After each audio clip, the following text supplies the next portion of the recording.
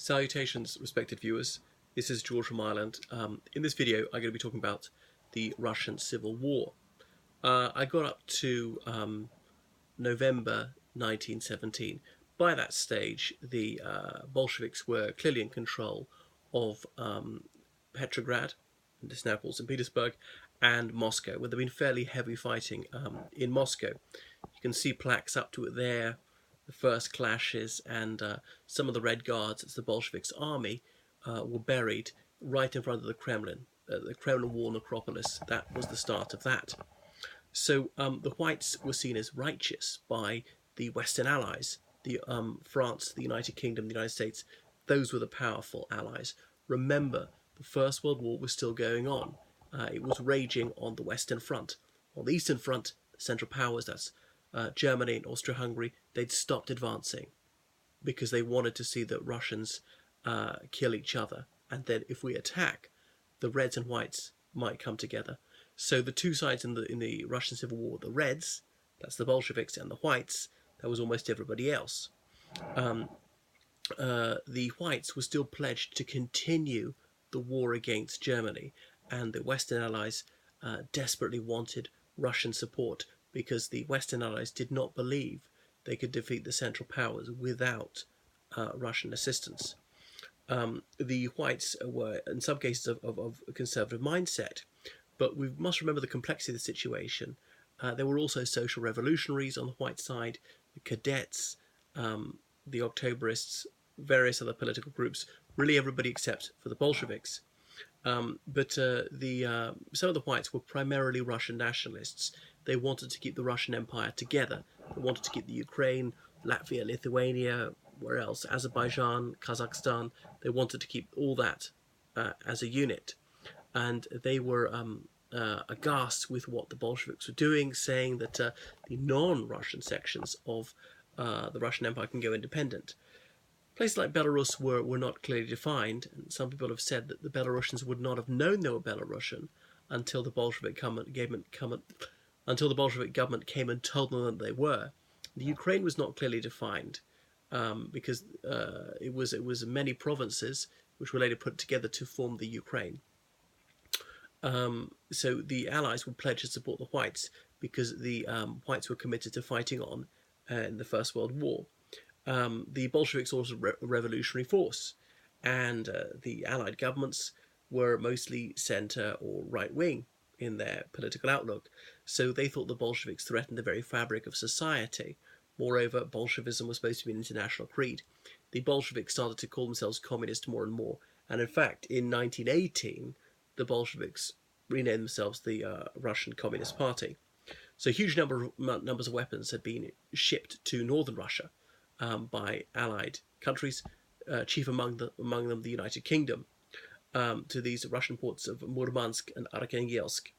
The armaments were delivered early in the war to equip the Russian army so that she could fight against the Central Powers. But the Russian transport system was in a parlous state, and most of these weapons were not delivered.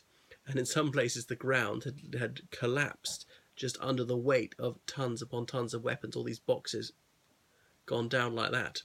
But the Allies were nervous that copious quantities of arms would fall into the hands of the Bolsheviks. So there was a nightmare in the chancelleries of Europe that there'd be a Bolshevik army armed to the teeth rampaging through Western Europe. So the Allies sent men to secure these weapons, to remove them, and if not possible, to destroy them. If they could put them into white hands, even better. So in August 1918, British troops landed in Arctic Russia. By then, the Russian Civil War was in full swing. So the Bolsheviks had spread out from Petrograd and Moscow, and a few of the major cities linked up, but that was really all they can control. In much of Russia, in a lot of Siberia, government had largely broken down, either red or white. So anyway, this was the time of the foreign interventions. French, British, Serbian, Australian, American, Japanese, Canadian, Indian, and Italian troops landed in the Russian Empire to support the Whites. The Japanese controlled the Russian Far East. Remember, Japan was on the Allied side in the First World War. It was a superb opportunity for them to consolidate their grip on the Far East. because Russia was embroiled in internecine warfare. Indian troops, who were minions of the Britannic Empire, were there in the Caucasus in Azerbaijan. Might talk about the Battle of the Baku in a separate video. There were some South Africans who volunteered for the white side. The Reds were seen as anti-nationalists because they said nations don't matter, it's a nonsense, it's a class struggle. We're for the proletariat. That's the urban working class throughout the world, to some extent for the peasantry. They were against the bourgeoisie and against the aristocracy. So the Reds, who really had been taken foreign gold from Germany, they then had the impudence to accuse the whites of being agents of a foreign power, saying that the whites are hirelings of imperialism. So the Bolsheviks had also repudiated the debt run up by the previous Russian government, and the French were incensed because France had been Russia's main creditor. Now, Lenin was able to point out that the French Revolution, 1789, well, a bit after that actually, when the king was overthrown, the French revolutionary government had said it had no obligation to pay the debts of l'Ancien Régime. Incidentally, these Bolsheviks were all very keen students of French history, and they were constantly drawing parallels between their situation and that of French revolutions. Because remember, there have been several of them. 1789, it is the first, 1830, 1848, 1870.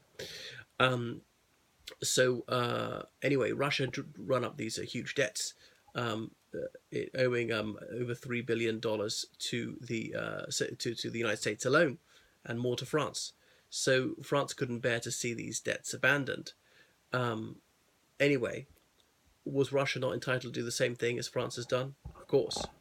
So, and Lenin said, well, this lends point to what I was saying, that Russia was in a sense a colony because Western countries prior to 1914 had invested so much, lent so much to Russia. Mainly France, also United Kingdom, United States, and quite a bit Germany, even though Germany turned out to be an enemy. So the Germans were ruining the day that they helped Russia to industrialize, kicking themselves that they had equipped their enemy. Because, the First World War was not inevitable, and these alliances could have shifted. Anyway, the contribution of the foreign interventionists to the Russian Civil War must not be overstated. There were only about 150,000 troops in Russia at the time, so they came from about a dozen countries, which gives a misleading impression. One might think that they were such a huge amount.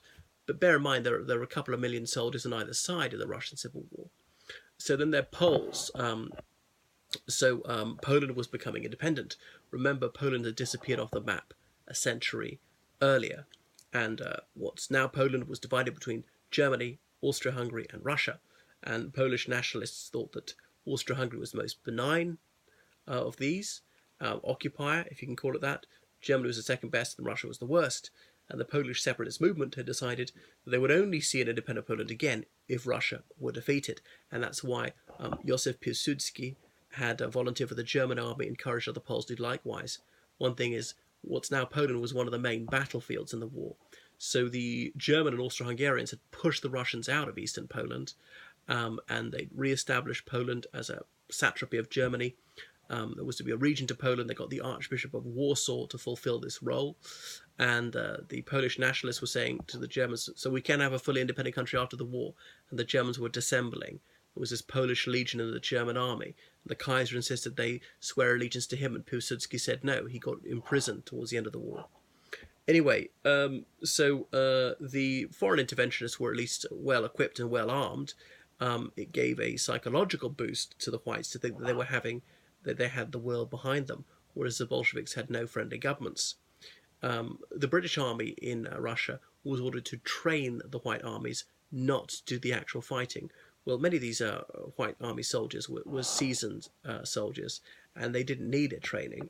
But okay, not all of them were veterans, but the whites were perfectly capable of training these people themselves. However, the British did do some fighting. They delivered some tanks to the whites, and there'd be no tanks in Russia until that time. The contribution of a handful of British tanks was decisive at a number of battles, and the Reds had no tanks of their own. Now, what we now call the Czech Republic and Slovakia had been in the Austro-Hungarian Empire at the time, and soldiers from there had been conscripted into the Austro-Hungarian army and been fighting against the Russian Empire. These men were not necessarily unhappy to be conscripted. They'd been part of the Austrian Empire for centuries. It might have seemed natural. They might have identified with that and seen Russia as an enemy. But anyway, there were prisoners of war in Germany in some cases. So the Allies formed Czech legions, both in France, Serbia, and elsewhere, persuading Czechs and Slovaks to join this. It was just called Czechs Legion, not Czechoslovak Legion, to fight against the Central Powers with a view to establishing an independent Czechoslovakia after the war.